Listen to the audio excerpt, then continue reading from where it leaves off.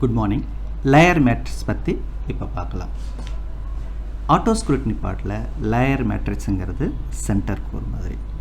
ஒவ்வொரு பில்டிங் பேராமீட்டருக்கும் ஒவ்வொரு layer assign பண்ணியிருக்கோம். லேயருங்கிறது கன்சிஸ்ட் ஆஃப் ஒரு லேயர் நேம், ஒரு கலர் இண்டெக்ஸ் ஸ்பெசிஃபிக்காக இருக்கும். அதை க்ளோஸ்டு பாலிகனாக வரையணுமா, அல்லது லைனாக வரையணுமா, டைமென்ஷனாக வரையணுமா, டெக்ஸ்ட்டாக வரையணுமா அப்படிங்கிறது டிஸ்கிரிப்டிவாகவே இருக்கும். இதை ஃபாலோ பண்ணி ஒரு லேயரை நம்ம வரைகிறப்ப சாஃப்ட்வேரால் அதை ஸ்க்ரூட்டினி பண்ணி ரிப்போர்ட் பண்ண முடியும். இப்போ லேயர் மேட்ரிக்ஸுங்கிறது ரொம்ப வெர்சைட்டலாக டிசைன் பண்ணப்பட்டிருக்கு. இதில் எத்தனை பிளாக் வேணால் நாம் ஆட் பண்ணிக்கலாம். ஒவ்வொரு பிளாக்லேயும் எத்தனை ஃப்ளோர் வேணால் நாம் அடாப்ட் பண்ணிக்கலாம். உதாரணத்துக்கு பிளாக் 1, பிளாக் 2, பிளாக் 3 அப்படின்னு நாமளே லேயர் நேம்ஸை க்ரியேட் பண்ணிக்க முடியும்.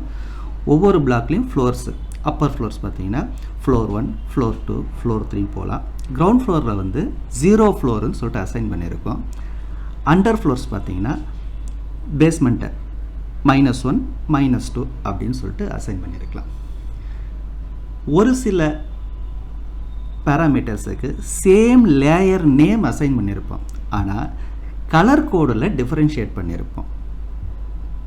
ஸோ அதுக்கெல்லாம் அந்த லேயர் நேமில் பர்டிகுலர் கலர் கோடில் இண்டெக்ஸில் மாற்றி நாம் வரைஞ்சால் சாஃப்ட்வேரால் ஸ்க்ரூட்டினைஸ் பண்ணி ரிப்போர்ட் பண்ண முடியும். நாம் டிஸ்கிரிப்ஷனில் சொல்லப்பட்டிருக்கபடி வரைஞ்சி அப்லோட் பண்ணால் சாஃப்ட்வேர் ரெக்கக்னைஸ் பண்ணி ஸ்க்ரூட்டினைஸ் பண்ணி ரிப்போர்ட் பண்ணும். ரிப்போர்ட் அக்செப்டட்னு வரலாம், நாட் அக்செப்டட்னு வரலாம். நாட் அக்செப்டட்னு சொல்லிட்டு வந்தால் என்ன கொரிஸ் வருதோ அதை அட்டன் பண்ணி ரீசப்மிட் பண்ணால் ரிப்போர்ட்டு பாசிட்டிவாக வந்துடும். இதெல்லாம் வரைஞ்சி முடித்த பிறகு ரிப்போர்ட் வந்த பிறகு லேயர் 0வை தவிர்த்துட்டு மற்ற லேயரெல்லாம் ஃப்ரீஸ் பண்ணிவிட்டு பிடிஎஃப்பை 1:100 ஸ்கேலில் அவுட்புட் எடுத்து நாம் பிளானிங் அத்தாரிட்டிக்கு அப்லோட் பண்ணணும்.